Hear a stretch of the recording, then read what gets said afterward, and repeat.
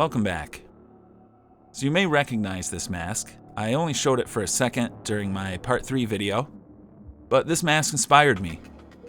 It was only a pre-rehaul. I had taken the chevrons off because I was going to sand it down, and I did end up doing that. But it gave me an idea for a new mask.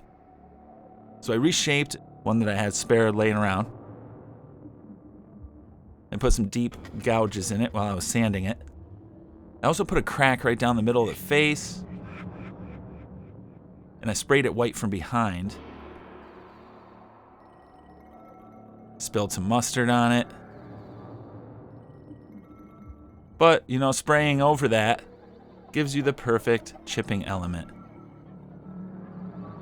And I put some chevrons on there, but I decided that after I painted it, the chevrons looked stupid and too new, so I chipped them right off.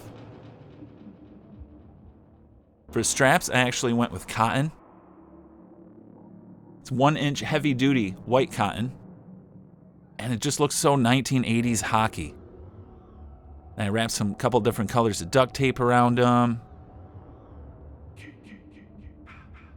That's what this mask ends up looking like.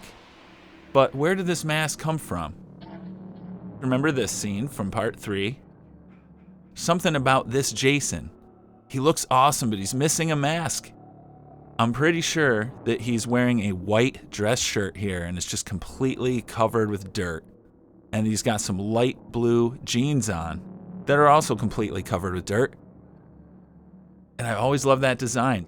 Just so you don't have to use your imagination, this is what this mask would look like on that Jason. I just think it completes the look.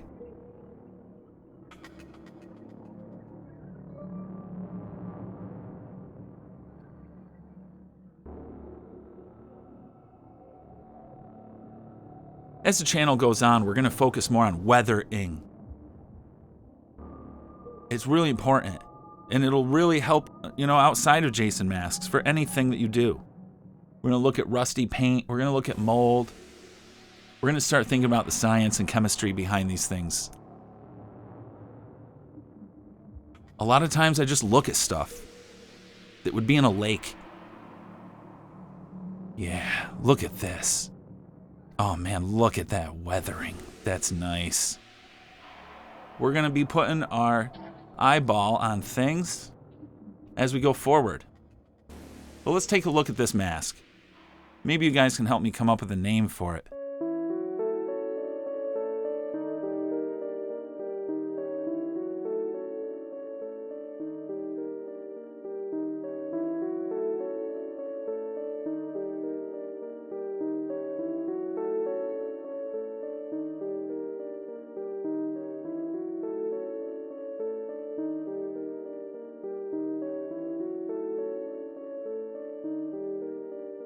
Wait a minute.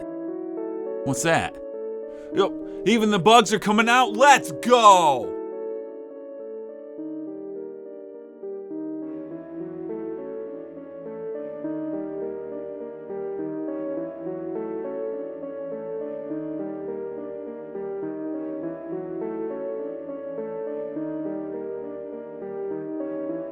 This mask has some fun features.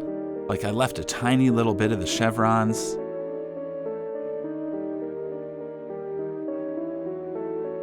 I was really tempted just to have the blood coming out of the nose. As you guys know that I like the bloody nosebleed. And I might do another one like that.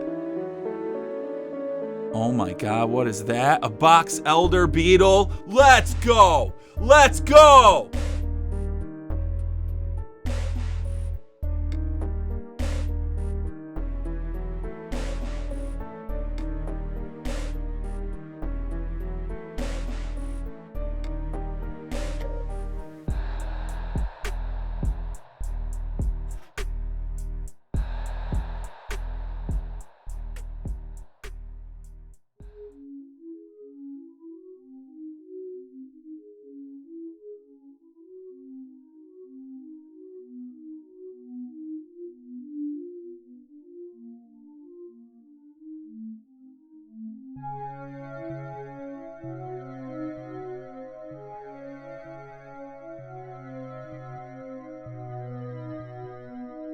I don't know why I can't think of a name for this mask.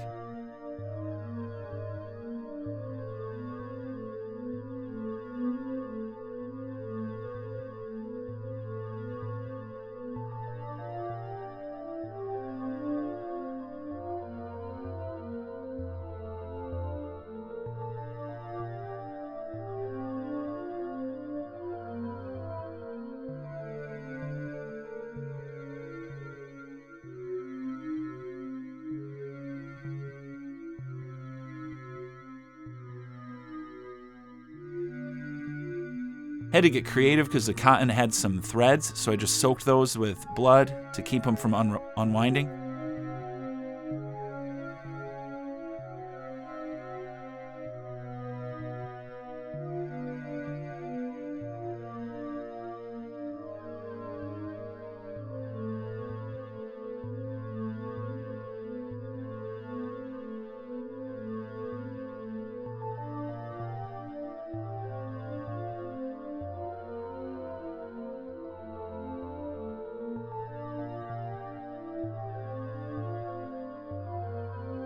Please come up with a name for this mask. Thank you so much for watching. I will be back with more mask videos. I'm trying my hardest. I appreciate you guys and your patience as always. Peace.